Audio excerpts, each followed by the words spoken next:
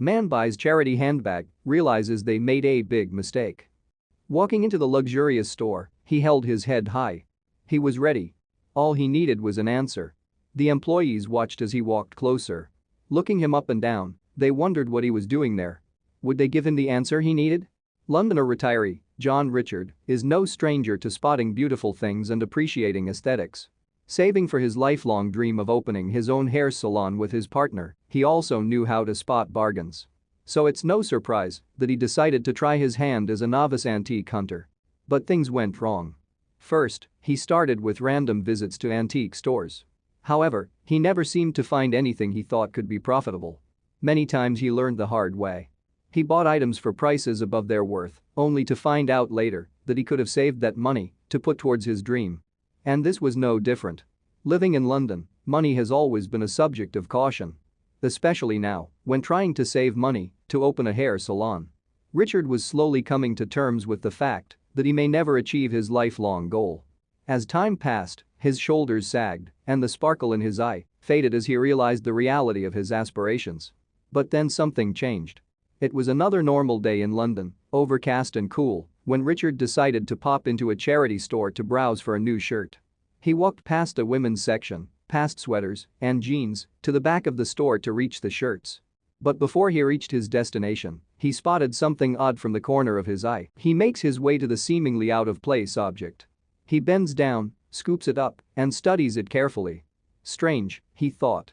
He's never seen anything quite like it. The Phillips Treacy logo looked so real. He pops it back down on the bottom of the shelf and continues to the shirt aisle. As he rummages through the shirt racks, he spots another shopper looking at the bag. Their eyes meet.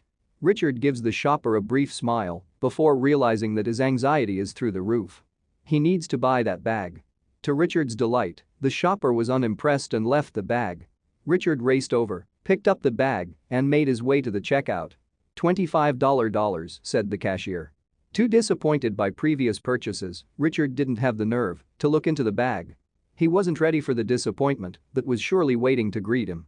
However, 2 months later, he decided enough was enough. He searched online but couldn't find an answer to the bag's legitimacy. So he made his way to the Philip Treacy store. Richard walked into the high-end store, handbag in hand. He was ready for an answer. He just needed to know. He watched as the employees eyed him up and down. Surely wondering what he was doing there. He watched as their eyes locked in on his handbag, both scrutinizing and unenthusiastic. Then they spoke. They asked him what he needed help with, and Richard showed them the bag. He told them where he got it and asked them to take a look at it. They took the bag to the back room to assess it further. They came back out with the manager and questioned him. Where did he find this? Why does he have it? Richard answered. He told them everything and asked them again what they thought. Exactly what does he have? Is it a fake or is it real? Richard's mind went to the hair salon again. For a split second he imagined the employee saying yes, it's real. Go build the hair salon you've always dreamed of. Before he could daydream further, he was interrupted. I can confirm it is definitely one of ours, said the manager, G. Brunet.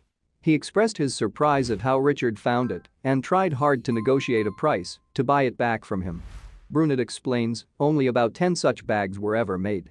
I imagine it could reach £350,000. It's a piece of art, not a bag. But Richard couldn't hear him over his shock. Was it really true?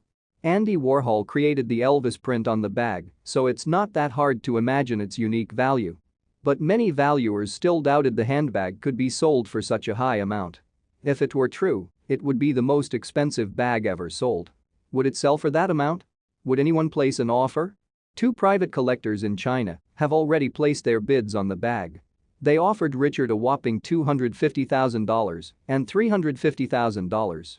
But once news of this got out, the charity store were quick to comment. They expressed their disappointment that Oxfam won't benefit from the sale. And that families in hunger could really use that money. The guilt trip seemed to be working. Richard has been advised to hold onto the bag to increase its value. However, time is passing, and his dream of opening a hair salon can finally be realized, and he can't wait. Richard is one lucky guy. Who could have thought that such a valuable item was hidden in such an unassuming place? What other treasures are out there? Let's go and find out. Thank you for watching this fantastic story. Please tap one of the 2 videos on your screen for another amazing Wonder Stories.